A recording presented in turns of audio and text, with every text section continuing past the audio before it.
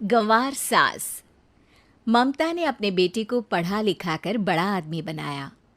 अब वो शहर में अपने परिवार के साथ रहता है। एक दिन ममता का बेटा रोहन अपनी पत्नी आलिया से कहता है, अरे आलिया, सुनो, माँ अब से गांव में नहीं रहेगी। वो हमारे साथ यहीं रहेंगे शहर में।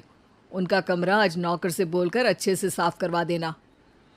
ओह, आज तो मेरी किटी पार्टी है, फिर मुझे जिम और फिर शॉपिंग। ठीक है, कल करवा दूंगी।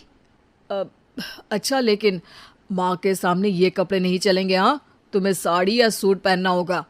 अरे बिल्कुल भी नहीं। मेरे मम्मी पापा ने इतना पैसा लगाकर शादी इसलिए नहीं की थी कि मैं अपनी मर्जी के कपड़े पहन ओढ़ भी ना सकूं।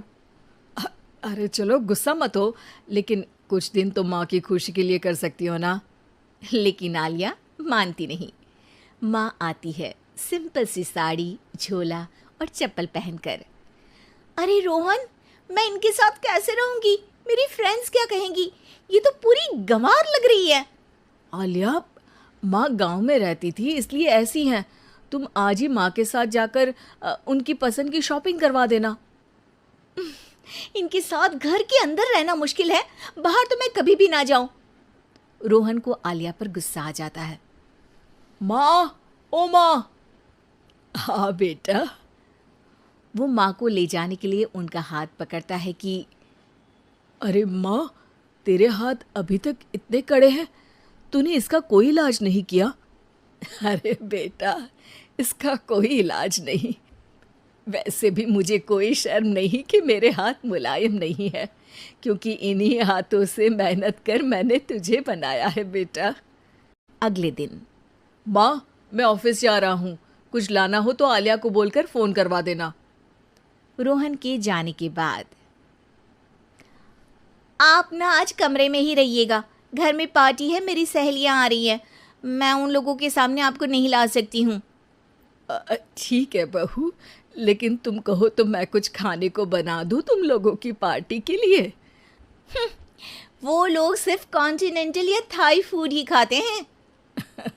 कोई बात नहीं, कभी इंडियन खिलाने वाला कोई मिला नहीं होगा ना। मैं बनाकर कमरे में चली जाऊंगी। जैसे आपकी मर्जी।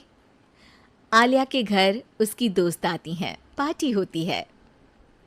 अरे वाह आलिया, ये क्या है खाने में? बड़ा ही स्वादिष्ट है यार, इसकी रेसिपी मुझे चाहिए। हाँ, और ये दाल, ओ माय गॉड, मैंने तो किसी 5 स्टार में भी ऐसी दाल नहीं खाई है यार। तू कुक को यहाँ बुलाना। अब आलिया घबरा जाती है।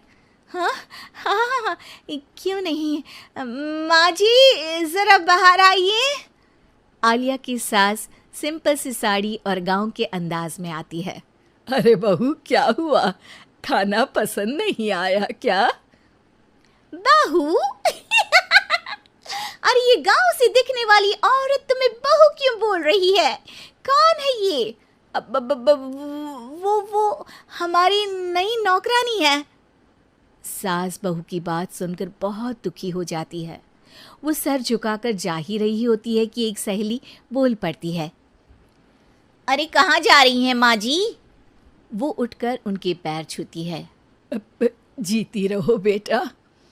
क्या है ना, आपकी शक्ल बिल्कुल मेरी माँ जैसी है।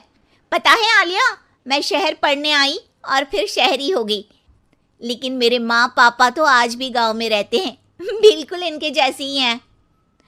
आप यहाँ बैठिए ना आंटी, आप सच में बड़ी खूबसूरत है और आपके हाथ का खाना तो लाजवाब है।